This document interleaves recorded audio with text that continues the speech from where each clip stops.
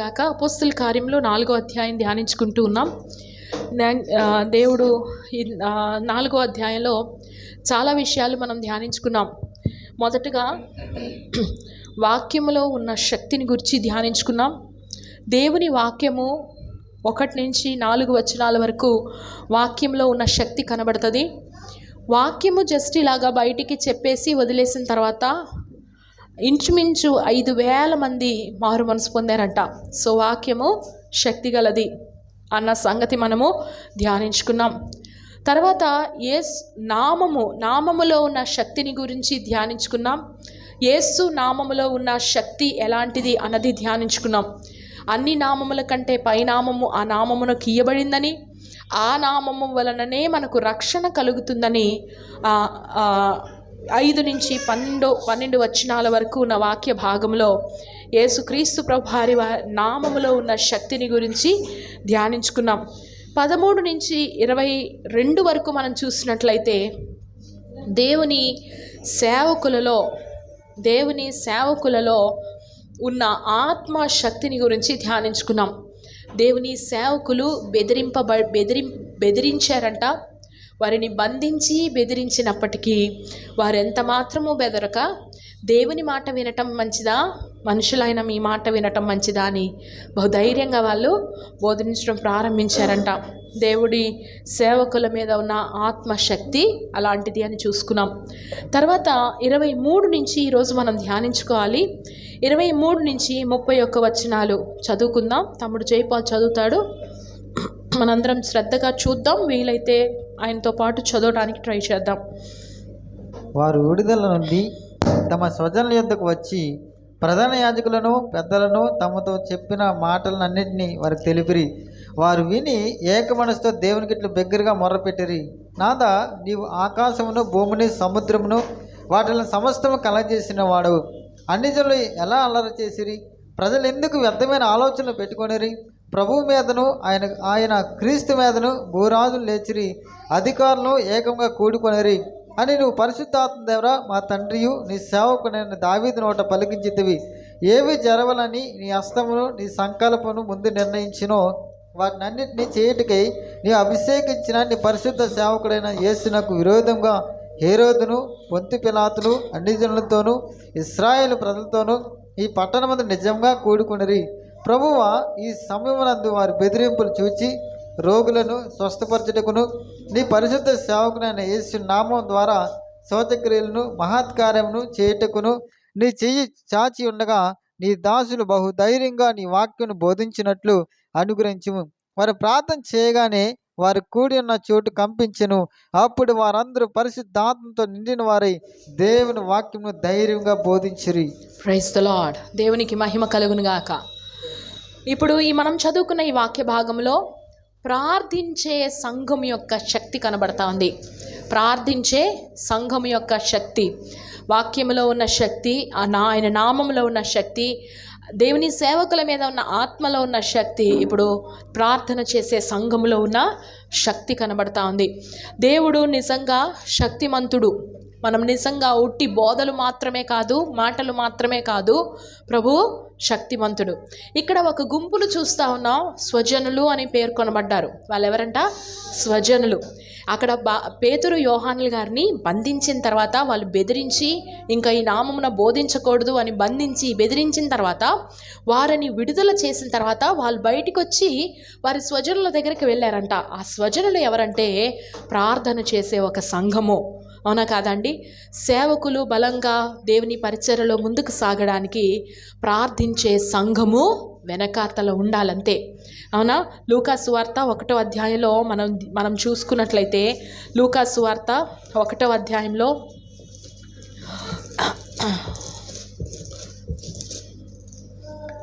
9వ వచనంలో చూసినట్లయితే యాజక మర్యాద చొప్పున 1వ అధ్యాయము 9వ వచనం లూకాసు వార్త.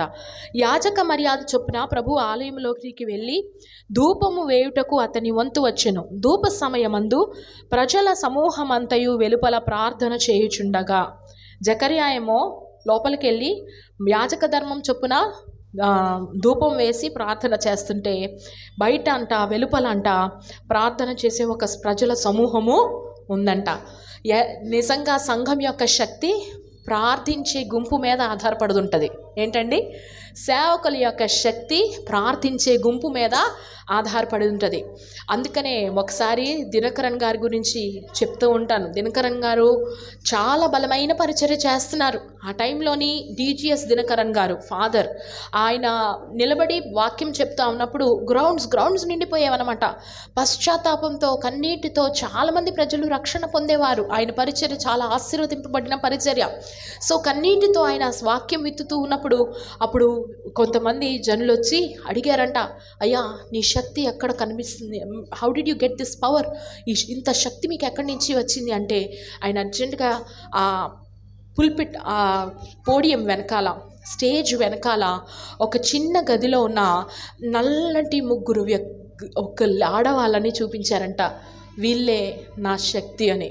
ఏంటండి? వీళ్ళే నా శక్తి అని ఒక ముగ్గురు వాళ్ళు సమయమనక అసమయమనక దినకరన్ గారి కోసం ప్రార్థన చేసే ఆ ముగ్గురు స్త్రీల వలన ఇంత బలమైన పరిచర్య చేయగలుగుతున్నాను అని ఆయన ఆ చిన్న గుంపును చూపించి చాలా సంతోషించారంట. నేను వాక్యం ప్రకటిస్తున్నంతసేపు వారు నా కోసం ప్రార్థన చేస్తూ ఉన్నారు, వారే నాకు శక్తి అని చెప్పారంట. నిజంగా సేవకుల యొక్క శక్తి లేక సంఘం యొక్క శక్తి ఎక్కడ ఆధారపడిందంటే ప్రార్థనా గుంపు మీద ఆధారపడింది. ప్రతి సంఘానికి ప్రార్థనా గుంపు ఉండాలి. ప్రతి సంఘము ఎంతమంది సంఘం పెరుగుతూ ఉంటే, విస్తరిస్తూ ఉంటే ప్రార్థనా గుంపు అంత అధికమవుతూ ఉండాలి. వారు దేవుని సన్నిధిలో కనిపెట్టే వారిగా ఉండాలి. వారు ఉపవాసం ఉండే వారిగా ఉండాలి. సంఘ క్షేమం కోసం కనిపెట్టుకునే వారిగా ఉండాలి. ఇక్కడ దైవజనుల కోసం ఆశతో కనిపెట్టుకున్న వారిలాగా వీళ్ళు కనబడతా ఉన్నారు. ఆ దైవజనులను బంధించి తీసుకుని వెళ్తున్నప్పుడు ఆ గుంపుగా కూడి వాళ్ళందరూ అక్కడ నిలబడి ఉండగా వెంటనే వారు విని, ఆ వార్త వినగానే విని 24వ వచనంలో ఏక మనస్సుతో దేవునికి ఇట్లు బిగ్గరగా మొరపెట్టిరి, నాథా నీవు ఆకాశమును భూమిని సముద్రమును వాటిలోని సమస్తమును కలుగజేసిన వాడవు. ప్రార్థన ప్రారంభించేటప్పుడు దేవుడు చెయ్యగల అత్యధికమైన శక్తి ఏంటో అది మెన్షన్ చేస్తూ, ఎందుకంటే అలా మెన్షన్ చేసినప్పుడు మనకు విశ్వాసం వస్తుంది. ఏమండి? మనుషులు బెదిరిస్తున్నారంటే, మనుషులు భయపెడుతున్నారంటే, మనుషులు అడ్డగిస్తున్నారంటే వెంటనే మన హృదయంలో ఒక తెలియని భయం వస్తుంది. ఎవరికైనా వస్తుంది, అవునా కాదండి? ఎవరికైనా వస్తుంది. అందుకనే వాళ్ళు స్టార్టింగ్ ఎలా చేస్తూ ఉన్నారంటే, ఆకాశమును భూమిని అందలి సముద్రమును వాటిలోని సమస్తమును కలుగజేసిన వాడువు అని చెప్పి దేవుని స్తుతిస్తూ ఆరాధిస్తూ ప్రారంభిస్తూ ఉన్నారు. నిజంగా ఏ అంశమైతే మనం ప్రార్థన చేయాలో ఆ అంశానికి తగ్గట్టు దేవుని యొక్క పరిమితమైన శక్తిని జ్ఞాపకం చేసుకుంటూ ప్రార్థన చేసినప్పుడు మన లోపల విశ్వాసం బలపడుతుంది. మనం చేసే ప్రార్థనకు శక్తి ఉంటుంది. ఎందుకంటే విశ్వాసంతోనే మనం ప్రార్థన చేయాలి. ఆ విశ్వాసం దేవుని బట్టి మనకి వస్తుందన్న సంగతి జ్ఞాపకం చేసుకుందాం. వెంటనే వాళ్ళు వాక్యాన్ని కూడా కోట్ చేస్తూ ఉన్నారు. కీర్తనల గ్రంథం 2వ అధ్యాయంలో ఉన్న మాటను కూడా కోట్ చేస్తూ ఉన్నారు. అన్యజనులు ఎలా అల్లరి చేసిరి, ప్రజలెందుకు వ్యర్థమైన ఆలోచనలు పెట్టుకొనిరి, ప్రభువు మీదనో ఆయన క్రీస్తు మీదనో భూరాజులు లేచిరి, అధికారులను ఏకముగా కూడుకొనిరి అని నీవు పరిశుద్ధాత్మ ద్వారా మా తండ్రియు నీ సేవకుడైన దావీదు నోట పలికించితివి అని చెప్తా ఉన్నారు. వాక్యాన్ని కోట్ చేస్తూ ఉన్నారు, వాగ్దానాన్ని కోట్ చేస్తూ ఉన్నారు. చాలాసార్లు వాక్యంలో ప్రార్థన చేసేటప్పుడు వాక్యాన్ని కోట్ చేసుకోవడం, దానికి తగిన వాక్యాన్ని, దానికి తగిన వాగ్దానాన్ని కోట్ చేసుకొని మనం ప్రార్థన చేయటం మనము నేర్చుకోవాలి. దేవుణ్ణి ఆరాధిస్తూ ప్రార్థన చేయాలి. దేవుని వాగ్దానాన్ని కోట్ చేస్తూ ప్రార్థన చేయాలి. ఆ తర్వాత చూడండి ఎంత అద్భుతమైన ప్రార్థన. ఏవి జరగవలనని నీ హస్తము నీ సంకల్పమును ముందు నిర్ణయించను, వాటినన్నిటినీ చేయుటకై నీవు అభిషేకించిన నీ పరిశుద్ధ సేవకుడైన యేసునకు విరోధముగా హేరోదును పొంతి పిలాతును అన్యజనులతోనూ ఇశ్రాయేలు ప్రజలతోనూ నీ పట్టణమందు నిజముగా కూడుకొనిరి. ప్రభువా ఈ సమయమందు వారి బెదిరింపులు చూచి, ఇక్కడ మనం చూసినట్లయితే 28వ వచనంలో నాకు నచ్చిన మాట ఏంటంటే, దేవా నీ హస్తము నీ సంకల్పము ముందు ఏవి నిర్ణయించాయో అవి చేయటానికి మాకు నీ 30వ వచనం కూడా చదువుకుందాం చూడండి. రోగులను స్వస్థపరచుటకును నీ పరిశుద్ధ సేవకుడైన యేసు నామం ద్వారా సూచక్రియలను మహత్కార్యాలను చేయుటకును నీ చేయి చాచి ఉండగా నీ దాసులు బహుధైర్యంగా నీ వాక్యమును బోధించినట్లు అనుగ్రహించుము. ఇక్కడ మనం గమనించినట్లయితే ప్రార్థన చేస్తున్నప్పుడు మేమేదో పని చేస్తున్నాం అన్నట్టు వాళ్ళు ప్రార్థన చేయట్లా కదండి. వాళ్ళ ప్రార్థన యొక్క అంతరార్థం మనం గమనించినట్లయితే, మేమేదో గొప్ప పని చేసేస్తున్నాం, మా పనిని మీరు ఆశీర్వదించండి అని ప్రార్థన చేయట్లా. నువ్వేదైతే సంకల్పించావో అయ్యా, నువ్వు ఏ అద్భుతాలు ఆ సూచక్రియలు చేయడానికి నీ చెయ్యి చాపి ఉన్నావో అందులో మేము కూడా మీ వాక్యాన్ని బోధించడానికి శక్తి దయచేయండి అని అడుగుతా ఉన్నారు. ప్రభు నామానికి మహిమ కలుగును గాక. మానవుల రక్షణ కొరకు ఇనీషియేషన్ తీసుకున్నది ప్రభు అయిన దేవుడే, అవునా కాదండి? మానవుల రక్షణ కొరకు మానవులందరూ రక్షణ పొందాలని, మానవులందరూ పరలోక రాజ్యానికి ఆయన వారసులు కావాలని ఎవరు ముందుగా చేయి చాపారు? దేవుడే, అవునా కాదండి? దాక్కున్న ఆదాముని వెతికింది ఎవరు? దేవుడే, అవునా కదండి? నిజంగా అక్కడ సింహాసనం మీద కూర్చుండట విడిచిపెట్టకూడని భాగ్యమని ఎంచుకొనక రిక్తునిగా దాసుని రూపము ధరించి వచ్చింది ఎవరు? దేవుడే. నిజంగా దేవునికి మనస్సులో ఒక సంకల్పం ఉంది. దాన్నే రక్షణ ప్రణాళిక అంటారు. ఏంటండి? రక్షణ ప్రణాళిక. He has a plan for salvation. రక్షణ కోసం మనుషులందరూ రక్షణ పొందాలని దేవుడు ఒక ప్రణాళిక కలిగి నడుస్తూ ఉన్నారు. ప్రతి సమయంలో కూడా దేవుడు ఒక సంకల్పం ఉంది, దేవుని హస్తము చాపబడి ఉంది. అయ్యా, అందులో మీరు పనిచేస్తుండగా మీతో కలిసి మేము పనిచేయడానికి మాకు శక్తినివ్వండి అంటున్నారు. ప్రార్థన, అలాంటి ప్రార్థన మనము నేర్చుకోవాలి. దేవుడు పనిచేస్తుండగా, ఒక కుటుంబంలో కానీ ఒక వ్యక్తిలో కానీ దేవుడు పనిచేస్తుండగా, దేవా వారి విషయంలో నేనేం చేయగలను, నన్ను వాడుకో ప్రభా అని దేవుని సన్నిధిలో మనము ప్రార్థన చేసేవారిగా ఉండాలి. వెంటనే కూడి ఉన్న చోటు కంపించిందంట. వారందరూ పరిశుద్ధాత్మతో నింపబడ్డారు. వెంటనే దేవుని వాక్యమును ధైర్యముగా బోధించారు. ఏదైతే మనం ప్రార్థన చేస్తున్నాం, మన పూర్వకంగా ఏకీభవించి చేసిన ప్రతి ప్రార్థనకి దేవుడు ఆమేన్ అని జవాబు అనుగ్రహిస్తారు. అందులో ఆయన సంకల్పాన్ని ఆశిస్తూ చేసే ప్రార్థన, ఆయన చిత్తాన్ని ఆశిస్తూ చేసే ప్రార్థన తప్పక జవాబు పొందుకుంటుంది అన్న సంగతి జ్ఞాపకం చేసుకుని ప్రభుని స్తుతిద్దాం. దేవునికి మహిమ కలుగును గాక. అలాంటి ప్రార్థన పరిశుద్ధాత్మ దేవుని ద్వారా మనము నేర్చుకోవాలి. దేవుని యొక్క సంకల్పాలు నెరవేర్చబడాలని, దేవుని చిత్తము నెరవేర్చబడాలని, నిజంగా వాక్యము బెదిరింపులకు బెదరక, అవునా కాదండి? ఇప్పటి కాలం ఉన్న పరిస్థితులు అపోస్తలుల కార్యంలో అంత వాపలేదు, కానీ స్టార్ట్ అవుతూ ఉన్నాయి. ఇంకా స్టార్టింగ్ ఫేస్లో ఉన్నట్టు కనిపిస్తూ ఉంది. ఎక్కడ సువార్త ప్రకటించాలన్నా ఆటంకం అయినా వారికి బెదరక వాక్యమును ధైర్యంగా బోధించడానికి దేవుని శక్తి, దేవుని పరిశుద్ధాత్మ శక్తిని మనము కోరుకోవాలి. అభిషేకాన్ని మనము దేవుని సన్నిధిలో కోరుకోవాలి. పరిశుద్ధాత్మ శక్తి ద్వారా మాత్రమే మనం ధైర్యంగా వాక్యాన్ని బోధించగలం. కాబట్టి ప్రార్థించే సంఘము బోధించే శక్తిని క్రియేట్ చేసింది, అవునా కాదండి? ప్రార్థించే సంఘములో అటువంటి శక్తి ఉంది. దేవుని కార్యాలు జరగాలి అంటే, భూమి మీద దేవుని కార్యాలు జరగాలి అంటే ప్రార్థించే సంఘం వలనే సాధ్యమండి.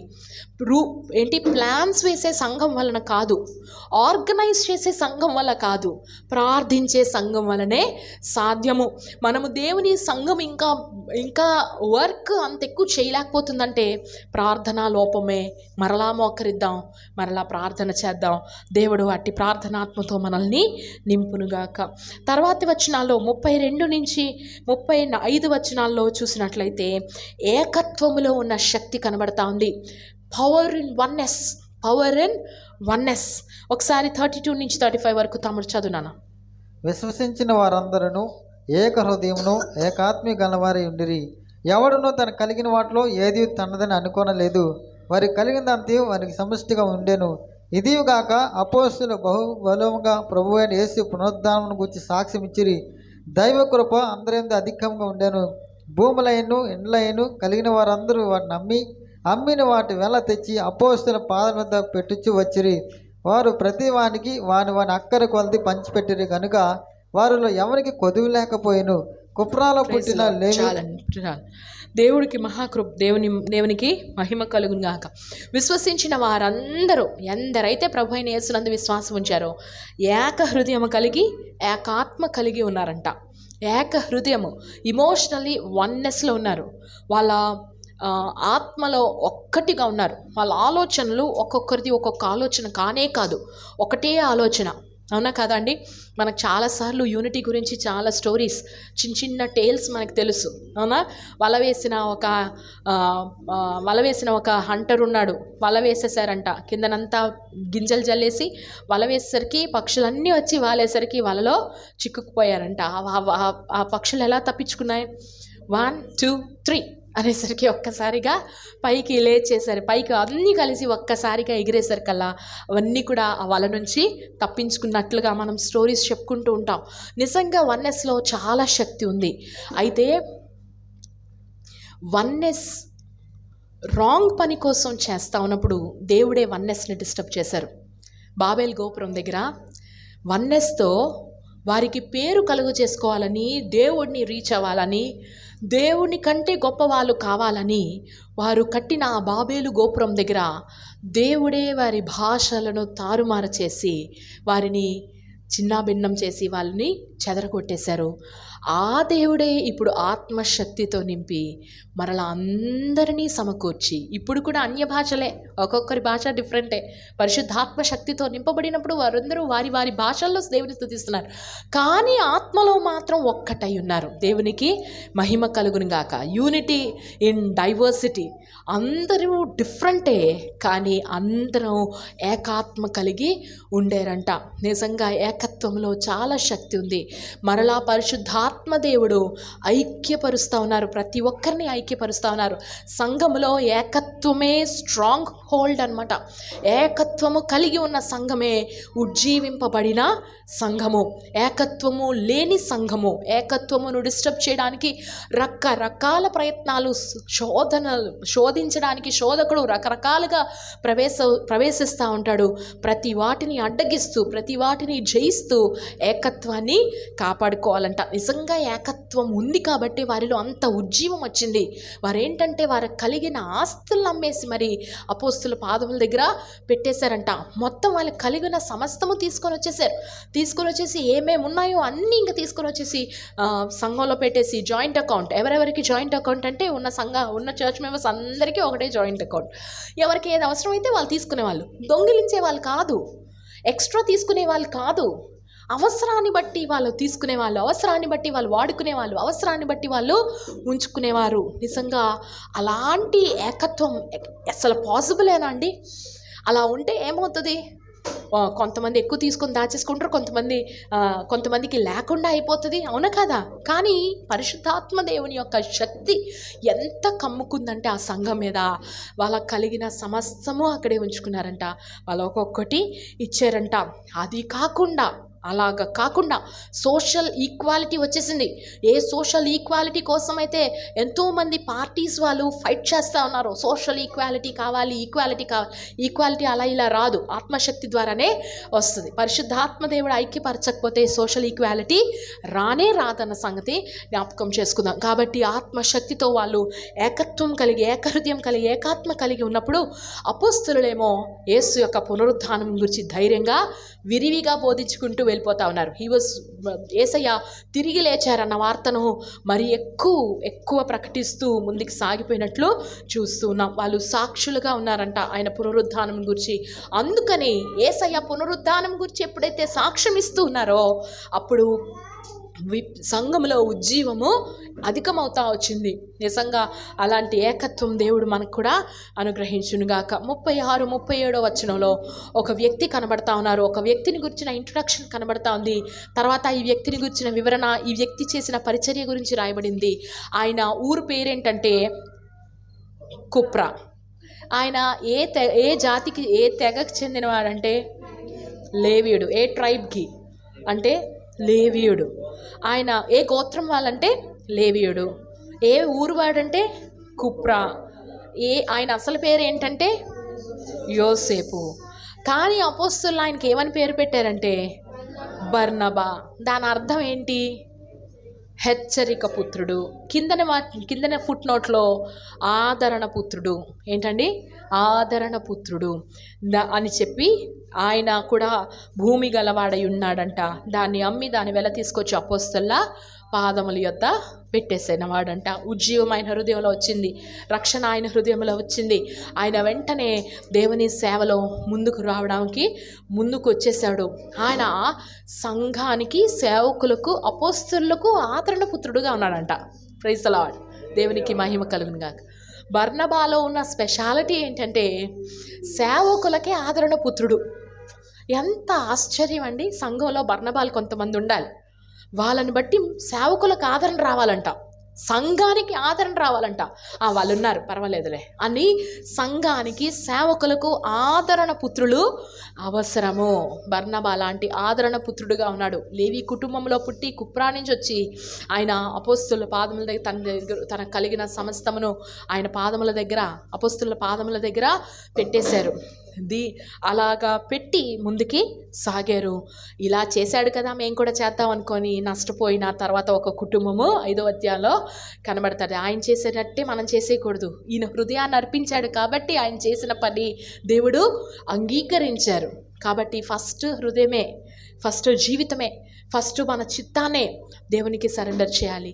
తర్వాత మనం దేవునికి ఏది అర్పిస్తే దేవుడు అది అంగీకరిస్తారు. నిజంగా ఆయన హృదయాన్ని అర్పించాడు కాబట్టి సేవకులు, సంఘము ఆయన ద్వారా ఆదరణ పొందిందంట. దే వర్ కంఫర్టెడ్ విత్ బర్నబాని బట్టి కంఫర్ట్ పొందారంట. అలాంటి బర్నబాలు మనకు కూడా ఉండాలి. అలాంటి బర్నబాలు లాంటి వాళ్ళు సంఘములో లేవాలి. వాళ్ళని బట్టి సేవకులకి, సంఘానికి ఆదరణ కలగాలి. దేవునికి మహిమ కలుగును గాక. ఇంత ఉజ్జీవంలో పుట్టిన కొడుకు బర్నబా. Praise the Lord. దేవునికి మహిమ కలుగును గాక. ఇక్కడ దేవుని యొక్క శక్తిని గురించి చూసుకున్నాం. We need power, not only teachings. బోధ మాత్రము కాదు, పరిశుద్ధాత్మ యొక్క శక్తి మనకు మన సంఘాలలో అవసరము. శక్తి విడుదలవ్వాలి, శక్తి పని చేయాలి. నిజంగా అలాంటి శక్తితో దేవుడు మనల్ని నింపునుగాక. వాక్యంలో ఉన్న శక్తి ఏంటో, దేవుని నామంలో, యేసు నామంలో ఉన్న శక్తి ఏంటో మనం చూసుకున్నాం. సేవకుల మీద ఉన్న ఆత్మలో ఉన్న శక్తి ఏంటో మనం చూసుకున్నాం. ప్రార్థించే సంఘములో ఉన్న శక్తి ఏంటో చూసుకున్నాం. ఏకత్వములో ఉన్న శక్తి ఏంటో మనము చూసుకున్నాం. ఇట్టి శక్తి గలవారమై దేవుని ఉజ్జీవాన్ని మన సంఘంలో, మన ప్రాంతంలో కూడా దేవుడు మనకు అనుగ్రహించునుగాక. ఆమేన్. తలలు వంచుకుందామండి, చిన్న మాట ప్రార్థన చేసుకుందాం. మహాపరిశుద్ధుడా, మా ప్రేమ గల తండ్రి, మీకు వందనాలు. అవును ప్రభా, శక్తి లోపిస్తూ ఉంది. మేము ఖాళీ చేసుకోకే మీరు నింపలేకపోతున్నారయ్యా. మా హృదయాలు ఖాళీగా లేవు. మా హృదయాలు లోకంతో, లోకాశలతో, అయ్యా లోకం మీద ప్రీతితో, మమతతో నిండిపోయి ఉంటే శక్తినితో నింపబడలేకపోతా ఉన్నాం. ఆనాడు అపోస్తలులు, ఆనాడు శిష్యులు, ఆనాడు సంఘమైతే తాము ఖాళీ చేసుకొని ఉండి మీ శక్తితో నింపబడి మీ నామములో ఎంతో గొప్ప కార్యాలు చేశారయ్యా.